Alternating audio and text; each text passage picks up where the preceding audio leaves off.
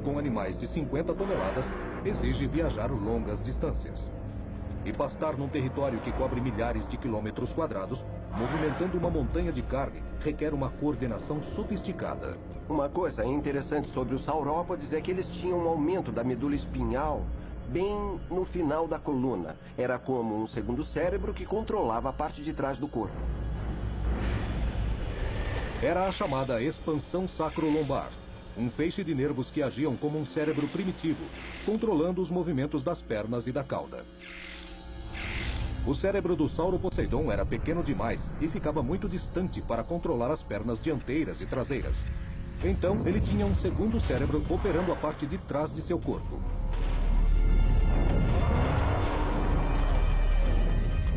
A razão pela qual animais como o Sauroposeidon tinham essa expansão sacrolombar é porque havia muita coisa acontecendo lá atrás.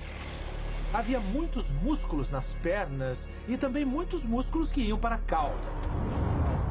Esse cérebro primitivo na pelvis mantinha as pernas e cauda do Sauroposeidon em sincronia com o corpo. Sem ele, nunca poderiam pastar em territórios tão amplos. Mais ainda, talvez nem conseguissem andar. Esse pequeno feixe de nervos, pesando poucos gramas, permitiu que o Sauroposeidon dominasse as vastas planícies do centro-oeste norte-americano por quase 15 milhões de anos.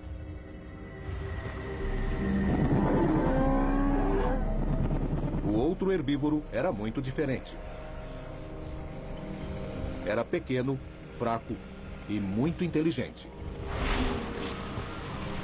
Mas, assim como o Sauroposeidon, o Parasaurófilo vivia em bando. Eles ficavam juntos e estavam sempre alertas às ameaças. Mas o Parasaurófilo tinha um problema. Os olhos ficavam nas laterais da cabeça e os campos de visão não se sobrepunham. Isso criava um ponto cego à frente, dando uma oportunidade para o predador. Eles não podiam ver bem atrás deles e também deviam ter problemas para enxergar diretamente em frente. Era um mundo visual bem diferente do que podemos imaginar. Mas o Parasaurófilo conseguiu contornar o problema. Como havia muitos parasaurófilos vivendo juntos, também havia múltiplos olhos para examinar o ambiente. E se um deles estava comendo, procurando plantas no chão, o outro podia ficar de olho, observando, alerta para a chegada de um tiranossauro. Mas nem todos os herbívoros no Cretáceo viviam em grupo. Os anquilossauros eram solitários. Eles dependiam de sua poderosa cauda e da armadura corpórea para se defender.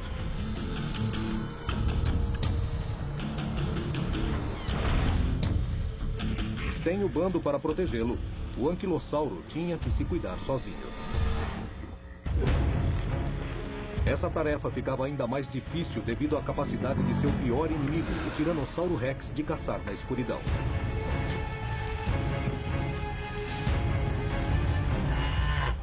Felizmente, o anquilossauro tinha outra arma efetiva no arsenal: um olfato muito refinado. A região nasal do anquilossauro e seus parentes era uma das partes mais especializadas da sua anatomia. Para um anquilossauro, o odor característico de um Tiranossauro Rex era um aviso de morte. Ele era um animal para o qual o sentido do olfato era mais importante potencialmente do que o sentido da visão. As passagens nasais do anquilossauro entravam no crânio, aumentando significativamente a área da superfície. Este espaço ampliado era preenchido por milhões de receptores de odor. Era uma passagem nasal complexa, tortuosa e louca que começava na narina, dava várias voltas pelo focinho e descia pela garganta. O nariz supersensível do anquilossauro podia detectar um carnívoro a mais de 3 quilômetros. Se ele pudesse farejar um tiranossauro chegando, teria um alerta precoce e ele poderia reagir apropriadamente.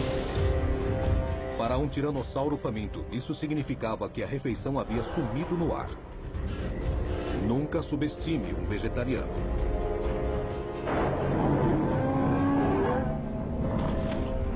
O Parasaurófilo e o Sauroposeidon se apoiavam no bando para avistar os predadores antes do ataque. O anquilossauro tinha um arsenal de sentidos para manter os carnívoros longe. Mas não importa quão esperto um herbívoro possa ser, não importa quantas ferramentas ele tenha à mão. Às vezes, o número é que conta.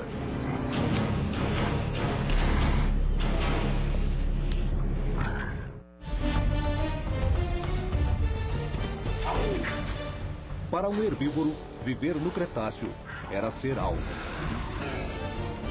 As armas e estratégias de ataque dos carnívoros ficavam mais letais a cada geração. Os herbívoros estavam sempre tentando alcançá-los, criando novas maneiras de se defender, crescendo a proporções enormes, desenvolvendo armaduras para proteção, encontrando segurança nos bandos, ou decidindo qual a melhor hora para uma retirada estratégica. Para os herbívoros, estar um passo à frente na competição era uma luta sem fim. O tiranossauro foi desenhado pela seleção natural para superar todas essas defesas.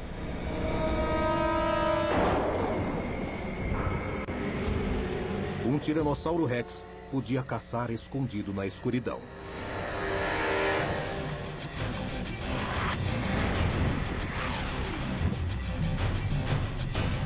Seu alvo: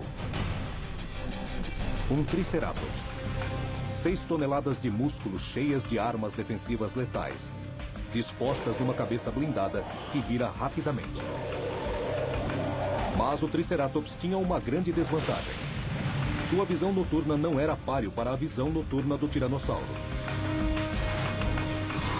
O tiranossauro rex avançava para matar. Porém, abater um triceratops adulto e saudável era encarar um grande desafio. Isto é, se o tiranossauro estivesse caçando sozinho. Provavelmente o único jeito de um tiranossauro derrubar um triceratops com sucesso e segurança era tendo pelo menos mais um tiranossauro para emboscá-lo pelas costas, enquanto ele ficava na frente chamando a atenção do triceratops. Trabalhando em equipe, o carnívoro supremo dava o golpe mortal. Para o tiranossauro, era um verdadeiro banquete. Esta batalha ocorreu muitas e muitas vezes, provocando mudanças evolutivas nos carnívoros. E em resposta, os herbívoros também evoluíram. Quase que como uma corrida armamentista entre herbívoros e carnívoros. Os herbívoros se protegem e os carnívoros mudam de forma a atacar e ter força suficiente para matar os herbívoros. A corrida armamentista entre predador e presa continuou por milhões de anos. Os carnívoros desenvolveram as ferramentas para matar mais efetivas já vistas na Terra. Os herbívoros pré-históricos desenvolveram defesas que não são vistas hoje em dia. O parassaurófalo, com seu chamado tão poderoso que era uma arma perigosa. O Sauro Poseidon, maior do que qualquer outra criatura terrestre que pisou no planeta. O anquilossauro, com uma arma na cauda e uma armadura que parecia um colete à prova de balas. E o triceratops, o pugilista com um crânio tão forte, capaz de deter a mordida de um tiranossauro rex. Todos os herbívoros do Cretáceo com seus aparatos complexos eram muito sofisticados. Então estamos começando a entender que, lamentavelmente, nós subestimamos a vida interna e externa desses animais. Os dinossauros herbívoros eram fortes. Fortes o suficiente para sobreviver do período Triássico até o Cretáceo. Mais de 165 milhões de anos. Até hoje, a batalha entre carnívoros e herbívoros continua. Mas é essa guerra brutal pela sobrevivência, essa constante adaptação que criou o incrível mundo natural que vemos ao nosso redor hoje.